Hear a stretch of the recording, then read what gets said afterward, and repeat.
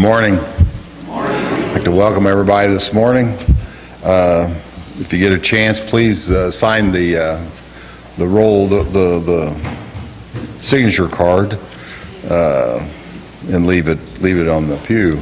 Also, like to thank Pastor Deb for coming for this time while Pastor Brian's on his paternity leave. So enjoy having her here. So if you would, please stand and join me in the call to worship.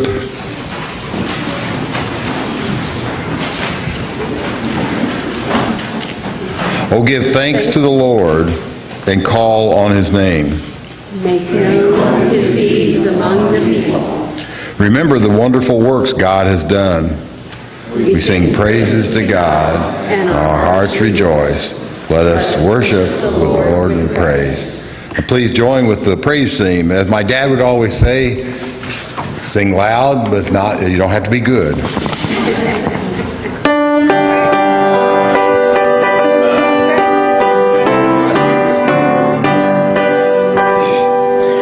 I heard an old story, how a Savior came from glory and gave his life on Calvary to save a wretch like me. I heard about his groaning, of his precious blood's atoning. Then I repented of my sins and won the victory. For victory in Jesus, my Savior forever. He sought me and he bought me with his redeeming blood. He loved me, I knew him, and all my love is to him. He plunged me to victory beneath the cleansing flood. I heard about his healing, of his cleansing power revealing, how he made the lame to walk again, and he caused the blind to see. And then I cried to Jesus, come and heal my broken spirit. And somehow Jesus came and healed me the victory. Oh, victory, Jesus, my Savior forever. He sought me and he bought me with his redeeming blood. He loved me, I knew him, and all my love is to him. He plunged me to victory beneath the cleansing flood. I heard about a mansion he has built for me in glory. And heard about the streets of gold beyond the crystal sea. About the angels singing and the old redemption story. And some sweet day I'll sing up there the song of victory. Oh, victory in Jesus, my Savior forever. He sought me and he bought me with his redeeming blood. He loved me, I knew him, and all my love is to him. He plunged me to victory beneath the cleansing flood. Our next song this morning is number 657 in your hymnal, This is the Day. This is the day, this is the day that the Lord hath made, that the Lord hath made. Let us rejoice and be glad in it, and be glad in it. This is the day that the Lord hath made. Let us rejoice and be glad in it.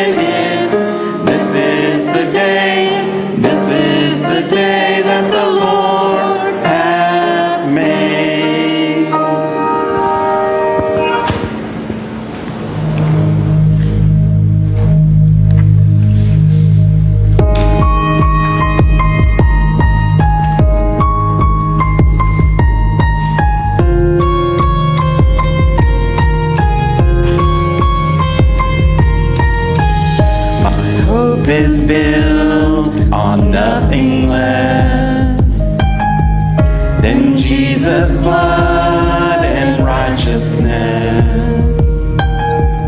I dare not trust the sweetest frame, but wholly trust in Jesus' name. My hope is built on nothing less than Jesus' blood and righteousness.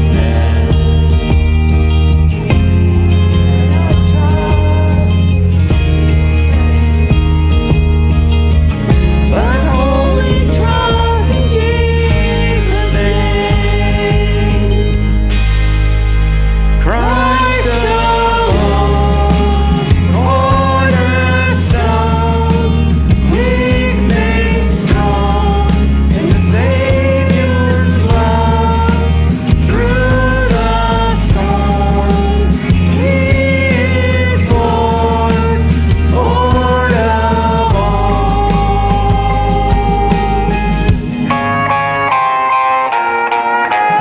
When darkness seems to hide His face, I rest on His unchanging grace.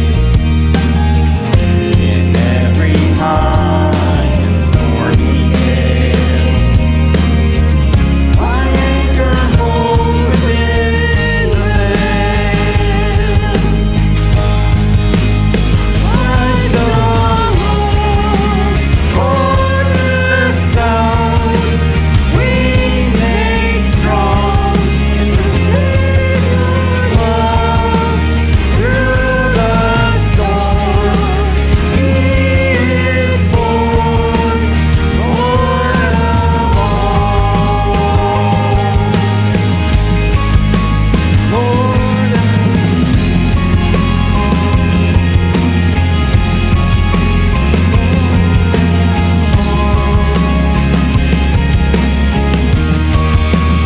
Christ alone, cornerstone, we made strong in the Savior's love.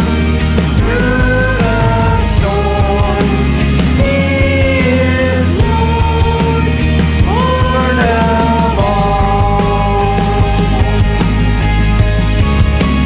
Lord of all.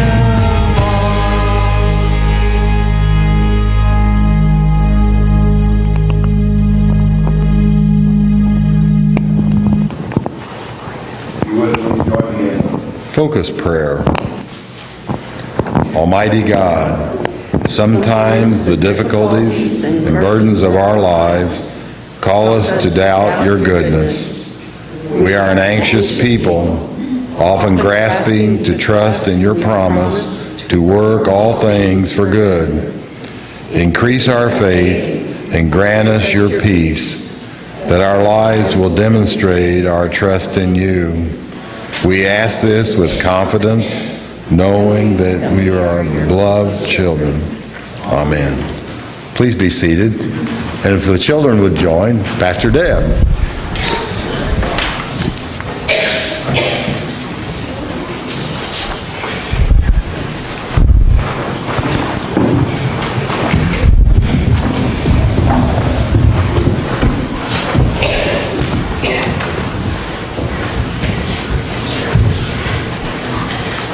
Good morning.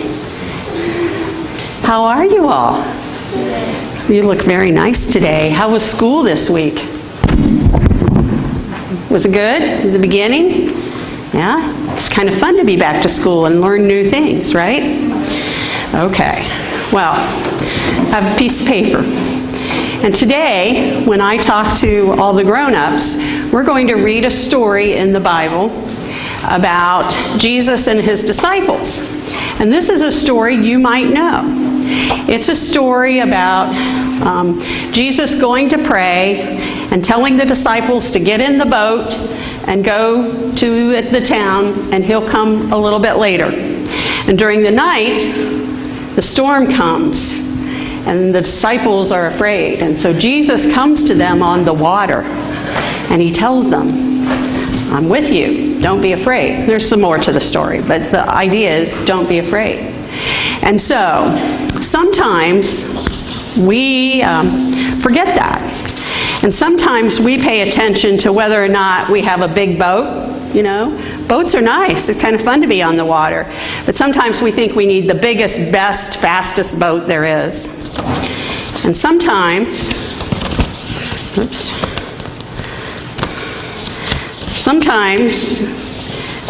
we buy bigger, better houses because we think that's what's important, that we have to have a bigger and a better and a fancier house. And sometimes we might think we either need to get our own plane. Okay, we either need to get our own plane or we need to go all over and travel. Now, all of those things are not necessarily bad. It's not bad necessarily that we have a boat and a house and that we go on a vacation. It's bad when we let that take over our lives and we forget to keep our eyes on Jesus. But what's important is that you always keep your eyes on Jesus and that you remember that you don't have to be afraid because Jesus was on the cross for us. And if we remember Jesus and keep our eye on Jesus, we don't have to be afraid because Jesus will always take care of us. So remember Jesus and remember to keep your eye on Jesus and do the things that Jesus wants us to do. And we always will be fine. Okay, shall we say a prayer together? So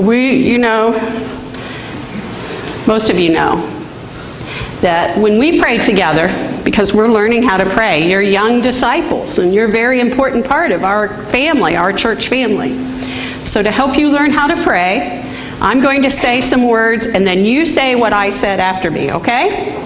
Okay, good, I like that. All right, let's pray. Hi, Jesus.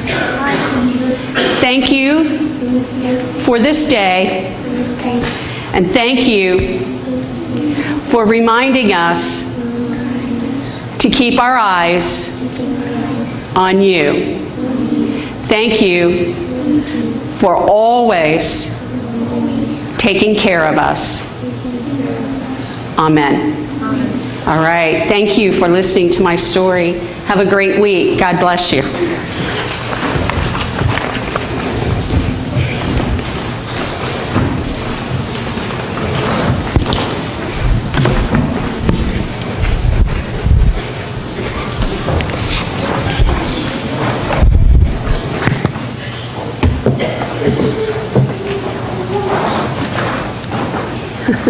Have fun.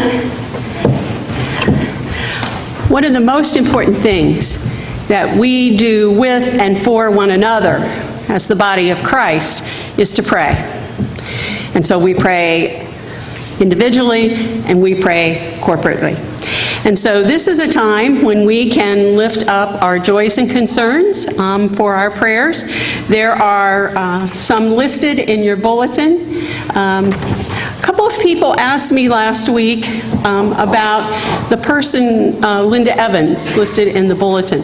Linda is our secretary, Aaron's best friend, and her mother passed away. And so we want to keep that family in our prayers and keep Aaron and her family in our prayers as they grieve the passing of her mother. And so it's good that we can know who that is so we can most appropriately uphold Aaron and the Evans family. And there are others there, and we're so happy to have Lois with us today.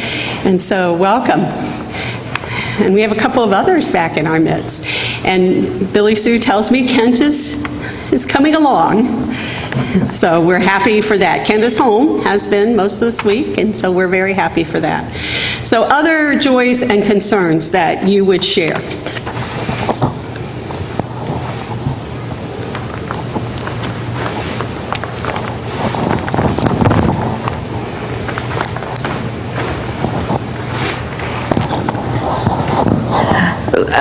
This past week, we had terrible news. Our wonderful piano player, who's like our wonderful piano player here, had 2 blood clots, and we had to cancel all the nursing homes we go to, 5 of them. And they love her, and we can't go without a piano player. I can't dance, I can't sing or anything without that. So we need prayers. I pray that she'll get well because they love her. And we go to 5 nursing homes a month. And we were just that day supposed to go to Chrisman, Illinois. And I know they were disappointed. So I just pray that she can get well so she can come back. Thank you, Dorothy. Thank you, Erin. Other joys or concerns? Oh, Miss Carol. It is with regret and probably dismay that it has been decided that we won't be doing Kids for Christ this year. We just don't have enough volunteers to help out, and last year we were trying to manage sometimes 50, 55 kids with about 6 people, or 6 adults, and we just can't do that anymore. So just prayers for the program, and hopefully next year we can get it going again and with more volunteers.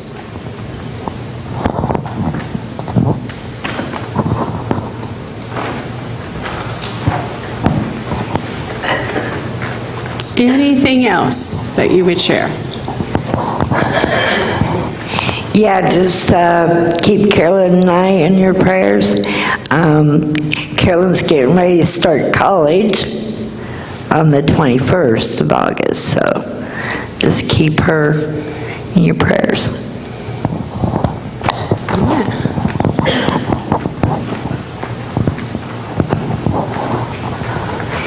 I probably don't need that. Yesterday, our niece Hope had her child that was full-term, only lived an hour. And so keep Hope in your prayers.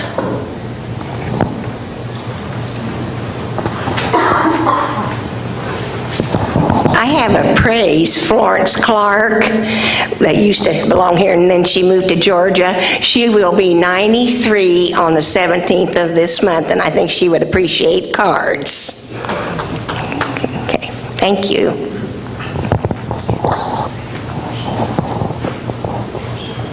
Anything else?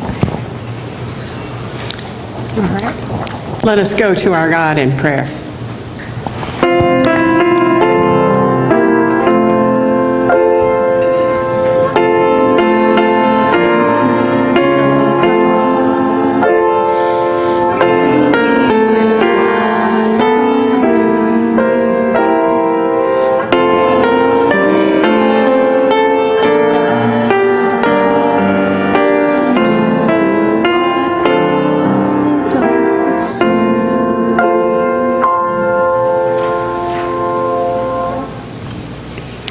Good and gracious God, we come to you and we do thank you for this day that you have so generously given to us. So we will rejoice and be glad in this day. And we are grateful that we can come together as a church family, that we can uphold and upbraid one another, and that we can be together, that we can praise one another, we can hold one another accountable, and we can love one another. And so this day we come and we do pray for the pianist that accompanies Dorothy and her happy feet to the nursing homes. And I know that those residents look forward to that. And I know that you hold her in your hand. And we pray that she will feel better soon. We pray for Hope and the birth of her child. We pray that that child will grow in steadfastness and will know you and grow as you would have that child grow. And we pray for Hope. We pray for Miss Clark as she has moved to Georgia, and we pray that that transition will be smooth for her, and we will remember her and gift her with our wishes and our cards. We pray for all of those going back to school, for the young children, for high school students. beginning that adventure, for college students, for all of them going back, for Carolyn, for Ross, for all of our college students going to school. And we pray for their teachers and their principals and their leaders and their professors. We pray that all will have a time of learning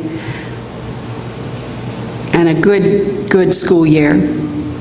We do pray for the KFC program, the Kids for Christ program, and we pray that this is a year of hiatus, not of ending. We pray that the program will be able to rest and then rejuvenate and be a program next year, for we know that it touches so many children, and it touches the adults who work in that program. And I thank you that I had the opportunity to be part of that for a while. And so we pray for this hiatus, and we pray for rejuvenation for that.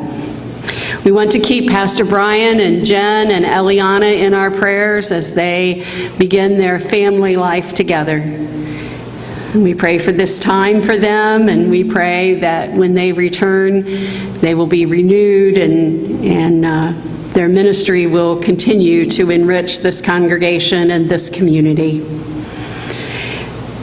I ask your blessing upon these faithful people, these faithful servants who work for you to further your kingdom here on earth. And now we have a moment of silence so that you will hear all of the silent prayers not stated for whatever reason. Perhaps they're too personal or too raw to say aloud. But we know that you know what is on each of our hearts. So we lift those to you now.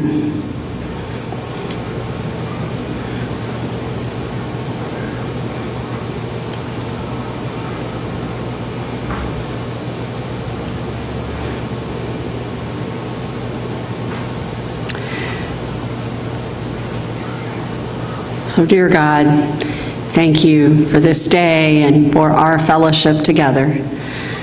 And may this worship be pleasing to you.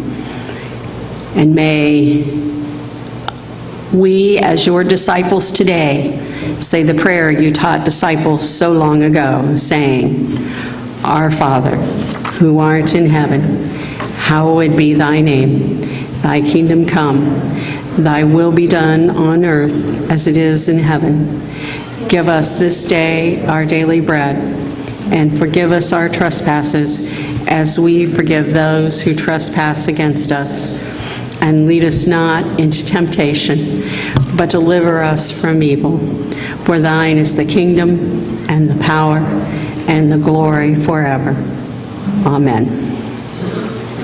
And so, now we have an opportunity, because we have been so richly blessed, and we remember that all that we have is really the Lord's. We are the stewards for all of the riches and all of the resources that we have. And so now is an opportunity for us to give back, to continue our mission. And so let us receive our tithes and offerings.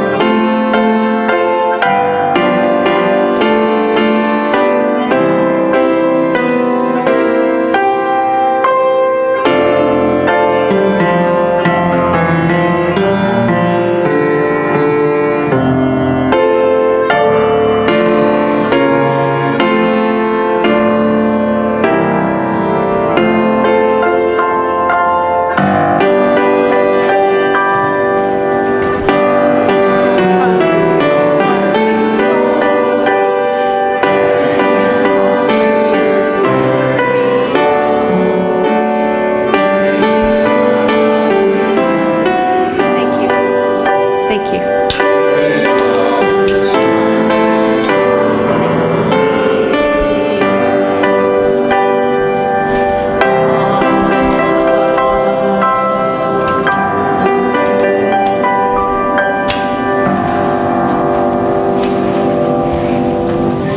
Lord of all creation, who gives and holds nothing back, bless these gifts that we offer up to you this morning.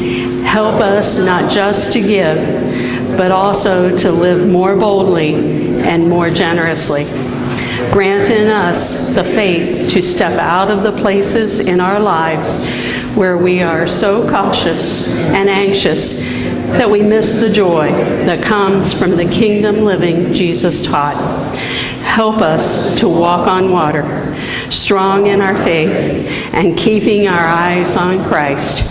In his holy name we pray. Amen. You may be seated.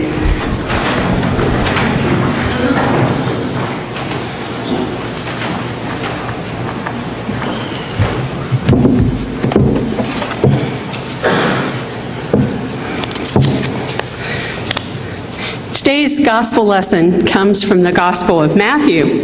It's a story with which you are all familiar. It comes from the 14th chapter, verses 22 to 33. Immediately, he made the disciples get into the boat and go on ahead to the other side, while he dismissed the crowds. And after he had dismissed the crowds, he went up to the mountains by himself to pray. When evening came, he was there alone. But by this time, the boat, battered by the waves, was far from the land, for the wind was against them. And early in the morning, he came walking toward them on the sea. But when the disciples saw him walking on the sea, they were terrified, saying, "It is a ghost." They cried out in fear. But immediately Jesus spoke to them and said, "Take heart, it is I. Do not be afraid." Peter answered him, "Lord, if it is you, command me to come to you on the water." He said, "Come." So Peter got out of the boat, started walking out on the water, and came toward Jesus. But when he noticed the strong wind, he became frightened. And beginning to sink, he cried out, "Lord, save me." Jesus immediately reached out his hand and caught him, saying to him, "You of little faith, why did you doubt?" When they got into the boat, the wind ceased, and those in the boat worshiped him, saying, "Truly, you are the Son of God."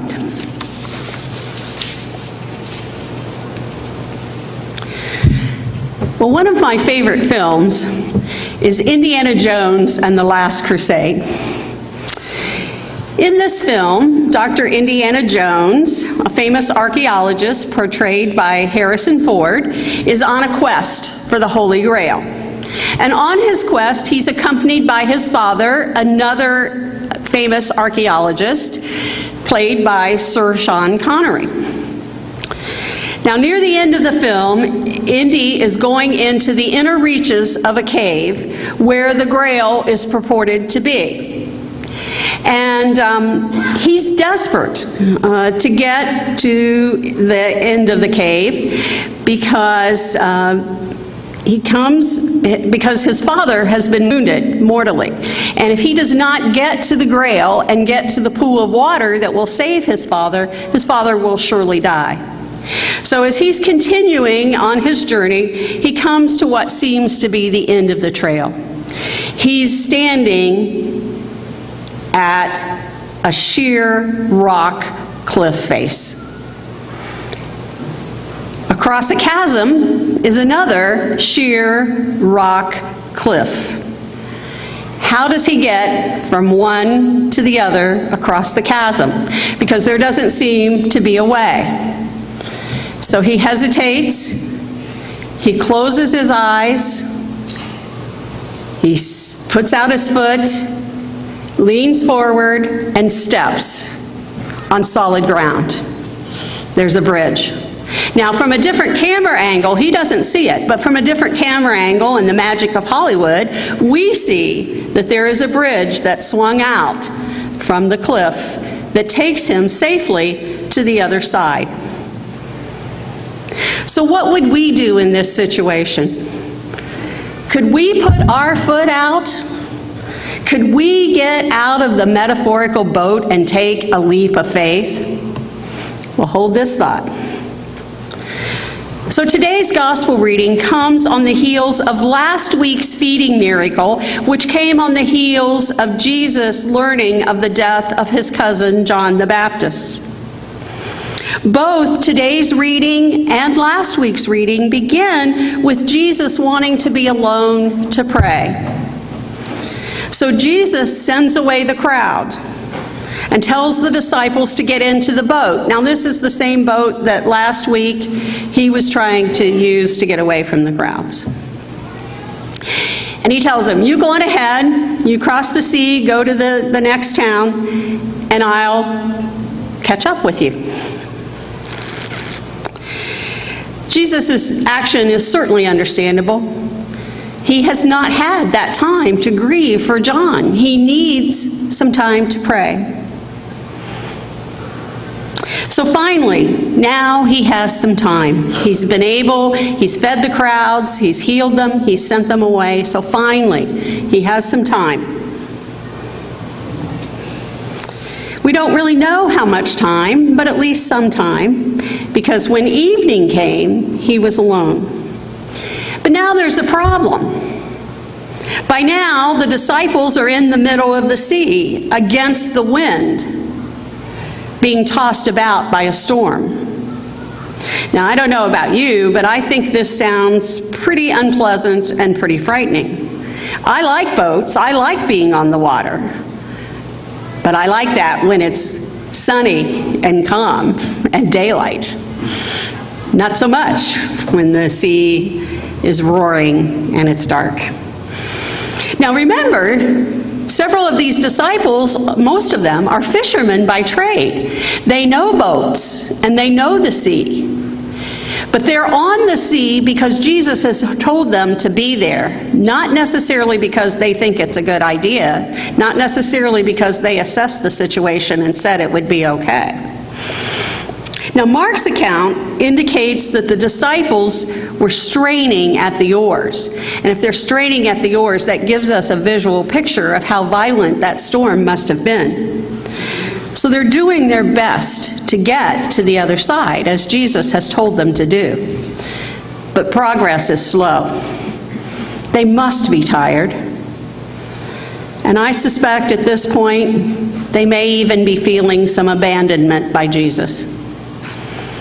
Early in the morning. Now in the Greek, it tells us the fourth watch, which would be about 3 to 6 a.m. in the morning. So it's been a while. So early in the morning, Jesus sees this, and he comes to them by walking on the sea. But this doesn't make things any better for the disciples because they're terrified. They think they are seeing a ghost. So they cry out. Jesus speaks to them, he reassures them, and he tells them, do not be afraid. But good old Peter, my favorite, good old Peter, it's not enough. It's not enough for him to hear those words of assurance. Peter says, if it's you, let me come. Let me walk out to you. So Jesus calls his bluff. Come. Last week it was the one word, you, feed the crowd. This week it's one word, come. So I ask us again, and I'm asking me as much as you, would we get out of the boat and come? Come.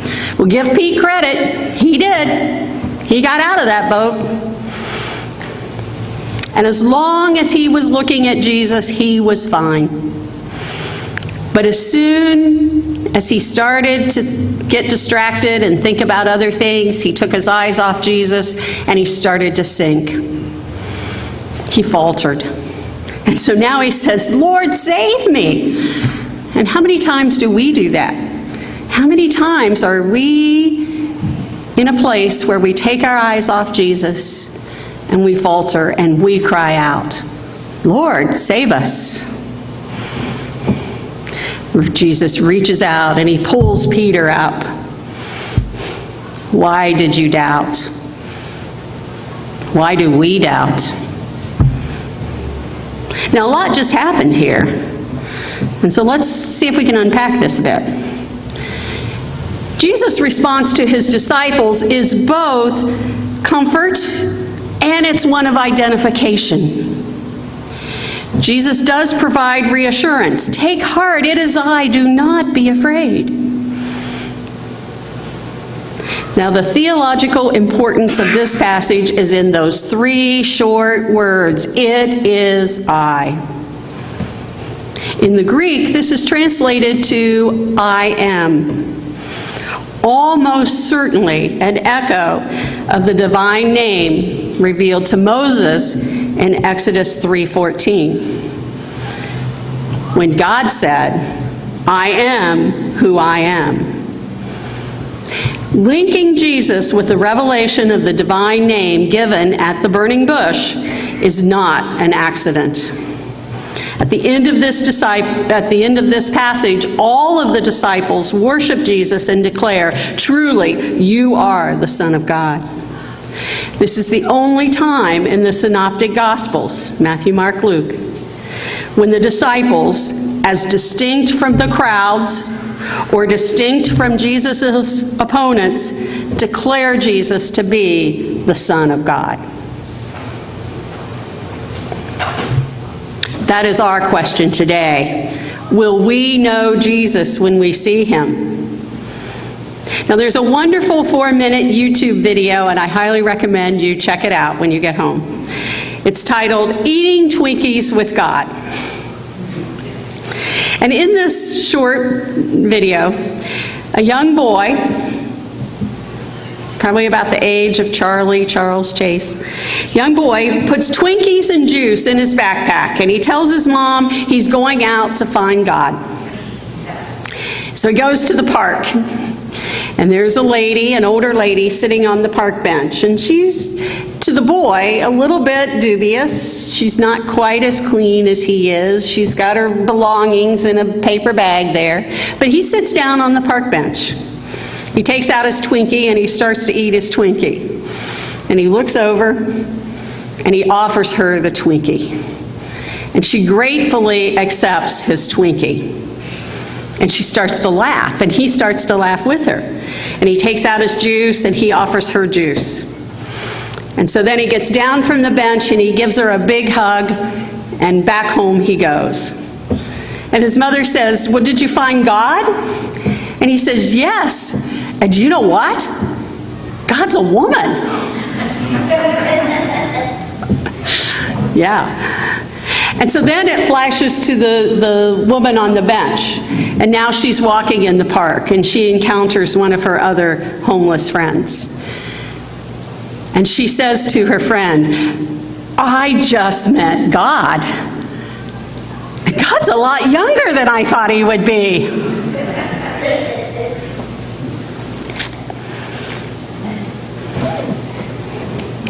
The old gospel song, Softly and Tenderly, Jesus is Calling, which, thank you, JD. We did not set that up. Jesus is calling for you, calling for me. How wonderful is that? In today's scripture lesson, Jesus is calling us to risk our lives, to step out of the boat, and to have faith. And like Peter, if we get out of the boat, it may be rough going. Didn't say it would be easy. But Jesus will reach out his hand every time, and every time Jesus will catch us in time. Now, Jesus walking on the sea was not a random choice of natural phenomenon by the gospel writer. The sea is a symbol of chaos opposing the divine will. Now, this idea was very common in early religious thought in Israel. The Hebrew Bible has many examples of battle between the God of creation and the destructive chaos of water, including at the very time of creation. Recall that in the Exodus story, opposition from Egypt was an obstacle to freedom, but it was not the only obstacle. The Sea of Reeds was also an obstacle. But that sea became an instrument of liberation and recreation for Israel through the breath of Israel's God. And likewise, in the New Testament, recall Jesus' baptism when the heavens opened and the breath of God descended upon Jesus and declared him to be my Son, the Beloved. In his baptism, water has been transformed through the breath of God into the instrument of Jesus' new public identity. Jesus, as God's Son, is declared by the disciples when the breath of God transforms the sea across which he walks into an occasion of revelation of his identity. So our question today, will we know Jesus when we see him? This text is about Jesus' identity, and it's about his disciples' identity. What we say about Jesus says something about us. If Jesus is master, we are his disciples. If Jesus is Lord, we are his servants. God works through Jesus. We, like Peter, are the ones of little faith at times. But the good news is that we are, in fact, saved by God's grace. Our shortcomings do not cancel the unconditional, unimaginable character of God's gracious love. And so in today's gospel reading, the disciples were called upon to do three things: to take a leap of faith, to get out of the boat, and to identify Jesus as Lord. And we must do those same three things this day and every day. Now, picture up here. Okay. One of the critters that my dear sweet Steve encounters when he mows our yard are little toads. And I don't know if you can see the little toad. There. Okay. Now, Steve does not want to harm the little toads. So he tries to nudge them out of his way and out of the tall grass so that he can mow without harming them. But guess what? The toads are just like us. They get afraid. And so what do? They go right back into the tall grass where they think it's safe. Well, these toads in our backyard, like us, have to take a leap of faith. For them, they have to take a leap of faith that they can stay out in the open and be safe.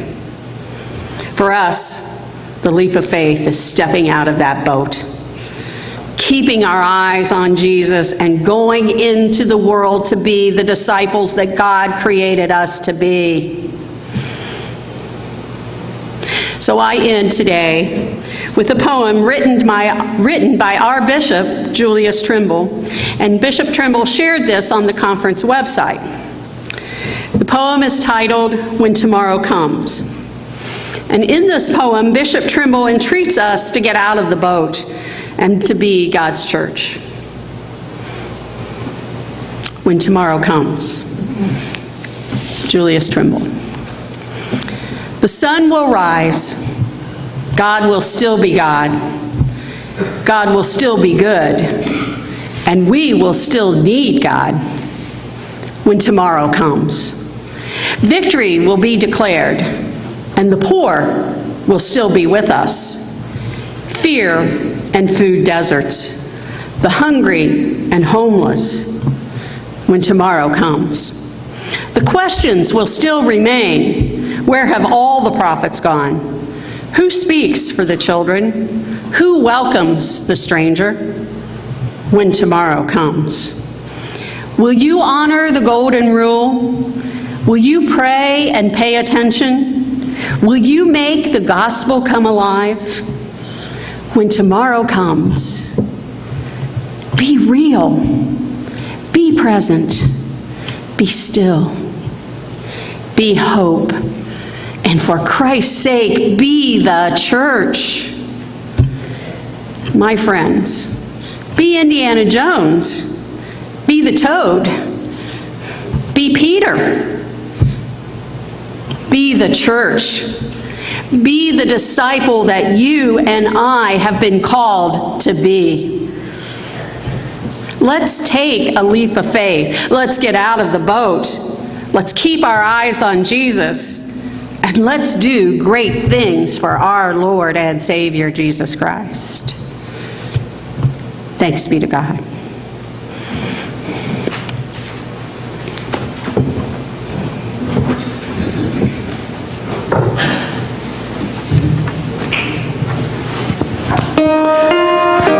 Please join us in our final psalm, Stand By Me, in your hymnal is page 512.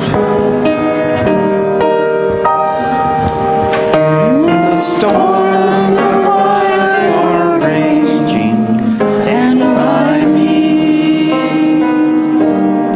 When the storms of life are raging, stand by me.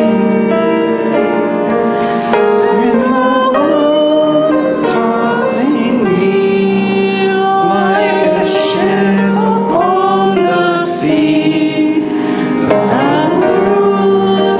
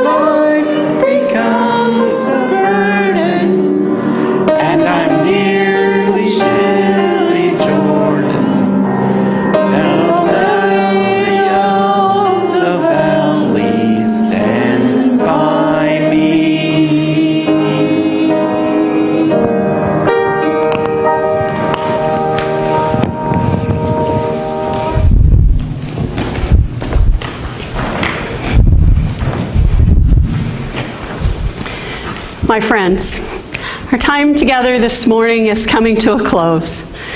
But now we get out of the boat and we go into our world.